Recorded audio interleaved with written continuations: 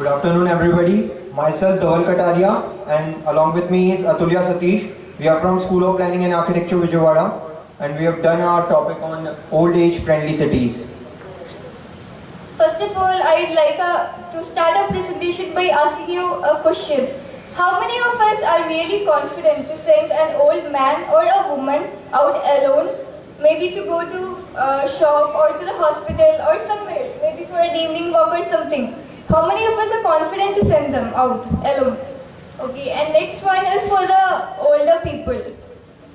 How many of them really find the public transport which is available today that is really convenient to use, and the modern technologies that we are using today are really up to the mark and it's easy for them to handle? Actually, many of them tell us our world have changed. What world we used to live was different and we find it difficult to cope up with your society. And our question is that why are we making a different world for them? Our city should be such that it should be a better one for them, not a different one. And here, the concept of age-friendly cities is really of importance. And coming to the concept of age-friendly city, is it really possible for our cities to become age-friendly? First, does natural and built environment encourage active participation of all age people?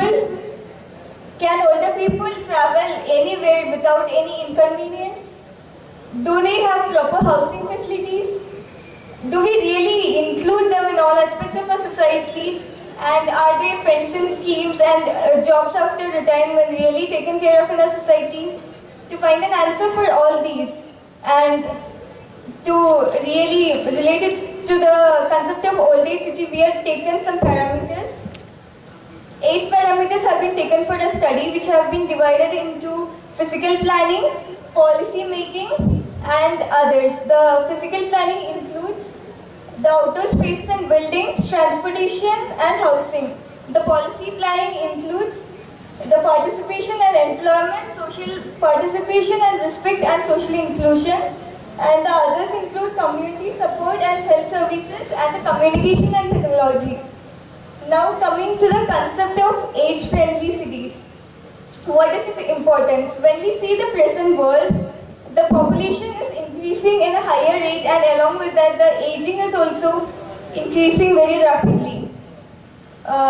Today 11% of our world population are elder people, and if the trend continues by 2050, double of this would be above the age of 60, that is 22% of our population. And here there is a greater need for the people to see better policies for the old age people. And WHO has defined age-friendly cities as that cities that promotes active aging by optimizing opportunities for health, participation, security in order to enhance quality of life as people age.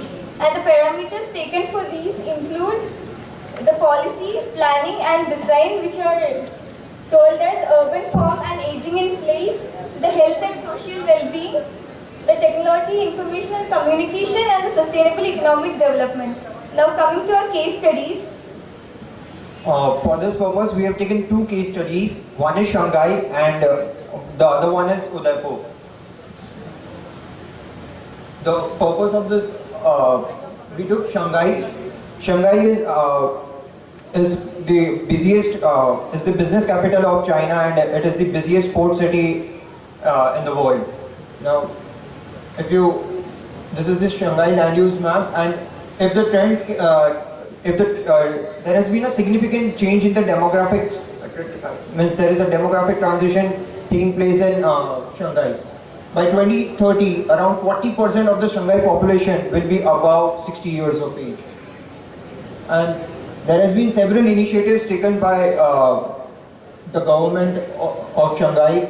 There has been an elderly need development project, an age-friendly housing project, and home-based care system, a provision of nursing facilities, pension schemes. World Health Organization did a survey over Shanghai and Udaipur, and it was found that there was some of the issues in Shanghai. The infrastructure was not sufficient to the people. the population available, only 5.5% of the people were getting nursing facilities. And more than 70% of the people were above age of 70 years, which require advanced healthcare facilities. And so the key, when we look at the Shanghai case study, we found that the public route system was developed in such a way that it links all the hospital, all the places for rest for the old age people. So it was very accessible. Now, provision of age-friendly vehicles is provided, like low floor buses and the metro trains with ramps. Provision of security through economic security through pension schemes. There has been two economic policies. One is for the urban area and the other for is the rural area. Coming to the case study of Udaipur. Udaipur is also known as the city of lakes. By 2031, 13.2% will be above age of 60 years. In India, we have two policies which are working on older persons. We have National Policy for Older Person, National Policy for Senior Citizen, which was revised version of the older one in 2011. The key findings were the aging population was expected to double in the next 20 years, which required adequate old age health facilities. And there was lack of physical planning for old age people. Further, there are some provision. There is a provision of age-friendly infrastructure, daycare facilities, and building up of new low-floor buses coming up in Udaipur as well. We have done a comparative analysis of Shanghai and Udaipur, and we have found out that on the basis of our parameters, the three parameters, physical planning, policy planning and others, we found out that age-friendly vehicles are used in Shanghai, whereas in Udaipur we don't have age-friendly vehicles till now. And then the traffic management in Shanghai is good, and the traffic management in Udaipur is very chaotic. Now, there is no facility for communication in Udaipur, whereas government and organization does this for Shanghai. Housing, they have a housing project which works on providing age-friendly housing project as I introduced. Whereas in Udaipur we don't have housing facilities, which requires ramps, rails for the elderly people. And then we have social participation. For social participation, we have community centers in Shanghai, whereas there is a lack of community centers in Udaipur. Finally, social inclusion. There is a lack of social. So this is it, and we recommend that for elderly people to plan. For the elderly people, we should use the bottom-up approach, which for the different places, the needs of the elderly people will be different. It is like in Shanghai, they don't need economic security, as in India, we need economic securities as much more important. Pension scheme should be improvised, and we don't update our pension scheme. Thank you. Can we have the video?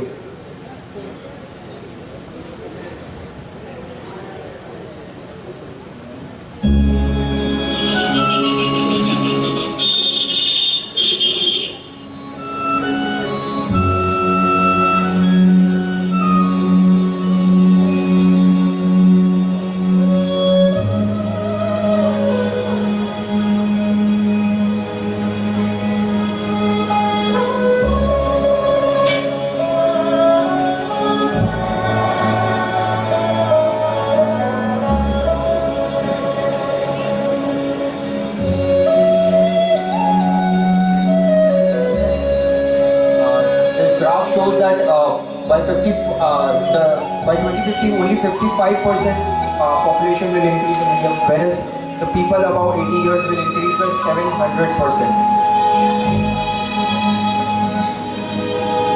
And every 8th world's elderly person lives in India.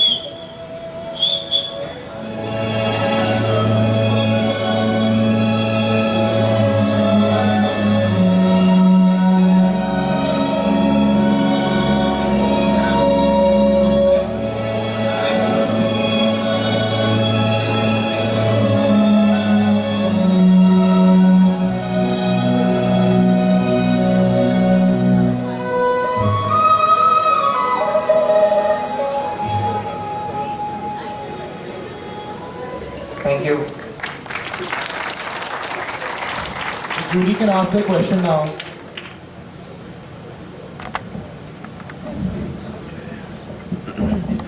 I have one comment. And I don't know why you have compared Udaipur with Shanghai. You cannot compare apple and oranges like this. There are several strengths in Indian community which cannot be compared with others. At the same time, there are so many other things, infrastructure, facilities, and a lot of other things in the other places. Yeah, and the question is, what is age in place? You have used this in your presentation. What is age in place? Age in place. Yeah, you have used this word in your presentation. Ma'am, I would start with why I have chosen Shanghai and Udaipur. The reason behind choosing Shanghai was that China and India both have taken various measures to cut down their population growth. Shanghai has done it effectively. We all know about one-child policy, and which has led to the demographic transition in Shanghai. Now, coming to India, so we took a case study of India, and we found Udaipur has been a part of World Health Organization pilot project of age-friendly cities. The other thing, age in place is right. What we want to say about age in place is the elderly should get we should use them as resource. We should not once they are done, and we should not forget them. And this has been a change. There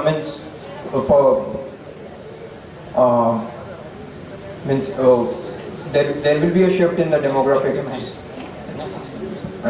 I'm sorry, and supplement, the aging population will supplement her this thing is, who will solve this problem, sociology or economics? So together both should solve this problem. Economics, in the sense I use the word economic security is required for these people by providing pension schemes and all, because economic security is much required. And socially, we need them to participate. We need them to include in our societies. And No. When you think society, when I'm sociology, yes, sir. you know, in our value system, Yes. our social value system doesn't allow us to go beyond that. So if we continue with our social value system, we don't have, these are resources by our social value system. They are not the issues or problems for us. These are issues and problems for the societies where they don't have a value system. So sociology can solve this problem. You don't need pension system for your father or grandfathers if you are really, if they are the part of your family. I'm sorry.